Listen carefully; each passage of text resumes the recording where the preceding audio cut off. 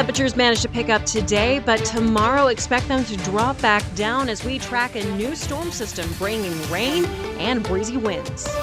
Spokane City Council is taking action against dangerous driving and street racing. What we know about the ordinance they passed to keep streets safer. And the U.S. men's national team held an open practice at their base camp in Southern California. How the American men are preparing for the World Cup on home soil. Tonight on your Night Report.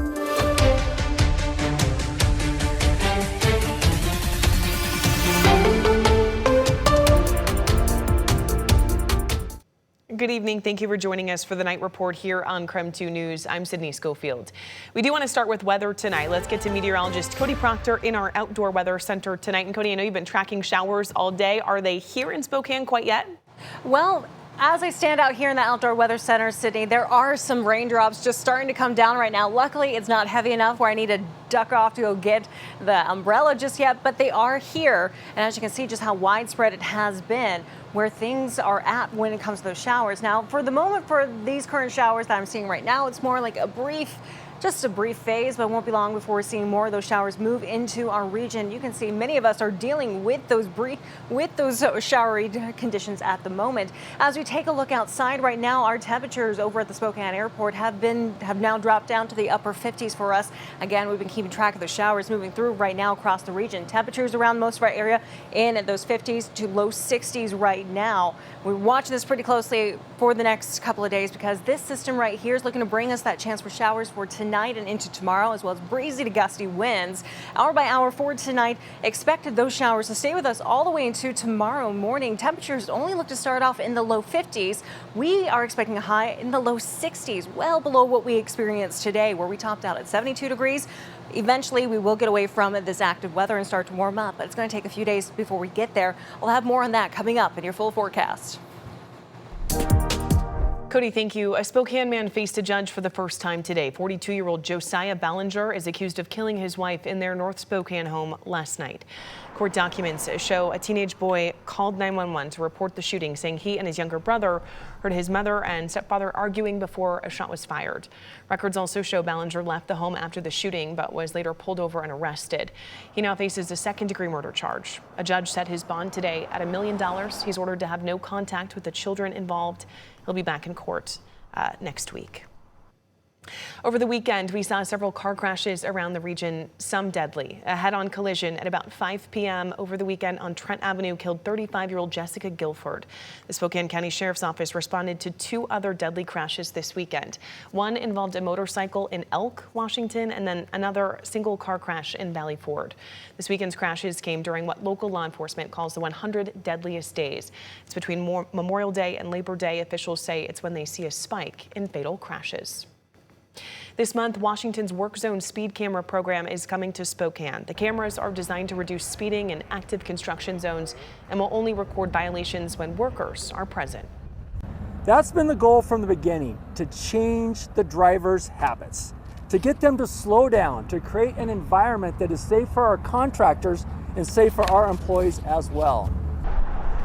Now, starting July 1st, a first-time violation will carry a $125 fine. Second and subsequent violations remain at $248. A paving project on I-90 between State Route 904 and Geiger Road will be the first to use these cameras. New tonight, the Spokane City Council voted on a measure to regulate aggressive speeding and street racing on Spokane streets. The council heard public testimony on the issue and then voted 7-0 to approve the measure. Now, according to the city, the aggressive speeding and street racing ordinance strengthens enforcement measures, provides crucial deterrence to dangerous driving that put the community at risk. And in addition to that, they say the ordinance allows video evidence to be used by the Spokane Police Department, even if the driver cannot be recognized. We know the dangers of street racing and illegal street racing in Spokane, aggressive speeding all too well. We hear it, we see it, and it's critical that we act and provide another tool for law enforcement. And how do we address this just citywide issue? Tonight, we will now transition. The measure was co-sponsored by Councilmember Paul Dillon and Councilmember Michael Cathcart. Also at City Council, Spokane hosted local students who've shown their interest in civic engagement for a City Council Community Day. Students that visited got the opportunity to participate in the KSPS Civic Bowl. It's the 4th year of the tournament, and in it, teams answer questions about national, state, tribal, and regional governments, in addition to other topics from the Washington State High School civics and government curriculum. It's just important to know when when something could attack your rights and how you're supposed to fight back about that without infringing on other people's rights. The students got a chance to meet their council members and connect with other members of the community at tonight's meeting. Spokane City Council says they've organized the event tonight to celebrate and promote youth civic engagement in Spokane. If ever you're worried about the future, I would say just spend a minute with a high school kid who's on a civics bowl team, because these people are engaged, they care deeply, and they understand what it takes. Mayor Lisa Brown declared June 8th as Youth Civic Engagement Day in Spokane.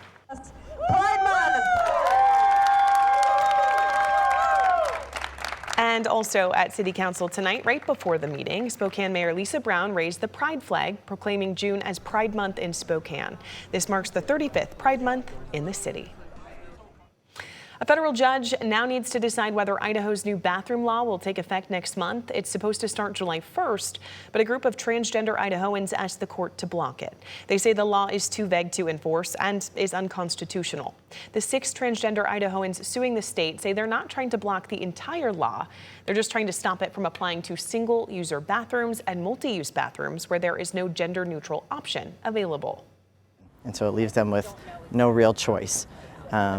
People cannot often find a gender-neutral single-user option, and this law goes so far as to say they can't even use single-user restrooms that don't align with their sex assigned at birth. So it really gets in the way of them in all places of public accommodation. An attorney with Idaho's Attorney General's office says that the law is clear and that a person can tell which restroom to use. He also argues that just because a violation is hard for police to prove doesn't mean the law is unconstitutional. The judge says she'll make a decision on this temporary injunction as soon as possible. Well, for months now, board members with the Inland Northwest Land Conservancy and the Dishman Hills Conservancy have been discussing a merger. Tonight, they held another meeting for you to learn more about the potential merger. Both groups share the same mission, preserving natural lands in the Inland Northwest, and they're trying to decide whether a partnership would help expand the impact the groups could have. They answered questions people have about a possible merger tonight at the Liberty Lake Library. Any merger would require a vote from members of both organizations. That's where we're going, and I think that coming together, that there's a reason that we're going down the path farther, because there could be a lot of value to our community, to our region, to conservation. I think it's important to have a trial period of 2 to 3 years before the merger takes place. Then, if a merger takes place, they'll be able to sharpen up all the merger details. There will be more meetings for public input before any final vote is taken. All right, stay with us tonight. Coming up in about 15 minutes, President Donald Trump's message to Iran and Israel as fighting escalates in the Middle East despite the ceasefire that is in place. And Team USA gets ready for their first World Cup match. How the players feel about hosting the tournament, that's right after the break.